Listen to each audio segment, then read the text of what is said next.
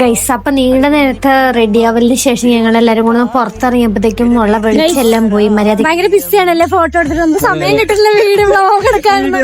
Ready ആയപ്പോ തൊട്ട് photo mummy hi.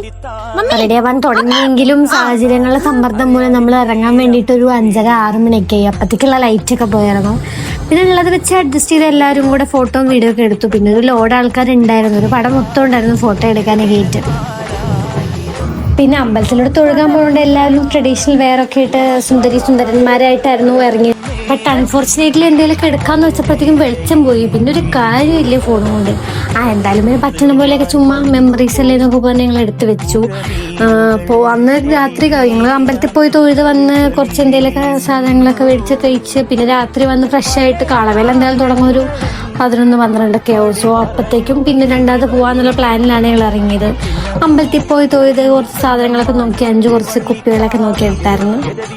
പിന്നെ അവിടെ ഇരിക്കണ ബൊമ്മകളെയും കാര്യങ്ങളൊക്കെ ഇങ്ങനെ നോക്കി വന്നപ്പോഴത്തേക്കും അതിൻ്റെ ഇടയ്ക്ക് നല്ല ഭംഗിയിലൊരു കുരങ്ങന്റെ ബൊമ്മ ഉണ്ടായിരുന്നു, കയ്യെ കാണിക്കുന്ന പൈസ. വളയും സാധനമൊക്കെ വാങ്ങിച്ചു കഴിഞ്ഞാൽ ഞങ്ങള് ബജ്ജിയും സാധനങ്ങളൊക്കെ വാങ്ങിച്ച് കഴിച്ചു. കുറച്ച് നേരം ഇങ്ങനെ തിരിഞ്ഞ് നടന്നാലും നല്ല വിശപ്പുണ്ടായിരുന്നു. തിന്ന് തീരാനായപ്പോഴത്തേക്കാണ് വ്ലോഗ് എടുക്കേണ്ടവർക്ക് ഓർമ്മ വന്നത്. മറ്റത് ഫുഡ് നമ്മളെല്ലാം മറക്കുമല്ലോ. അപ്പുറത്തേക്കുന്ന സാധനത്തിന് കൊടുത്തില്ല എന്നാരും വിചാരിക്കരുത്. അവിടെ തീർന്നിട്ട് വെയിറ്റ് ചെയ്ത് നിൽക്കണതാണ്.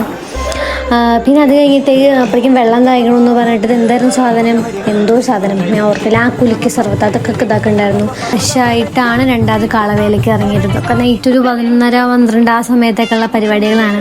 അപ്പം ഞങ്ങൾ വേലയുടെ കൂടെ അങ്ങനെ അമ്പലത്തിലേക്ക് പിന്നെ നടന്നു പോവുക ചെയ്ത്. അത്യാവശ്യം കുറേ കാളകളും കാര്യങ്ങളെല്ലാം ഉണ്ടായിരുന്നു.